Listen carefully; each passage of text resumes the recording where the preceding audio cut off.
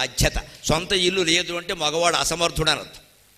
అది గూడైనా పర్వాలా, గుడిసైనా పర్వాలా, మేడైనా పర్వాలా, మిద్దైనా పర్వాలా, నీ ఇల్లు నీకు ఉండాలి. ఎందుకంటే మనం భరించగలం, మగాళ్ళం భరించగలం ఈ ఇబ్బందిని, ఆడాళ్ళు భరించలేరండి.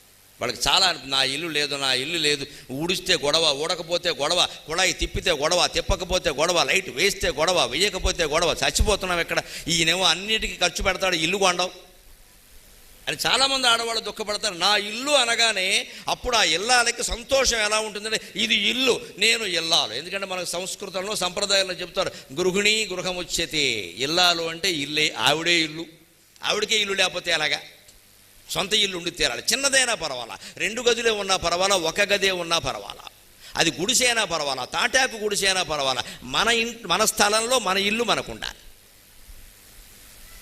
అద్దె ఇంట్లో ఉన్నామనుకోండి, పేదరికం ముట్టేసింది అనుకోండి, తినడానికి లేకపోతే బయటికి వెళ్ళిపో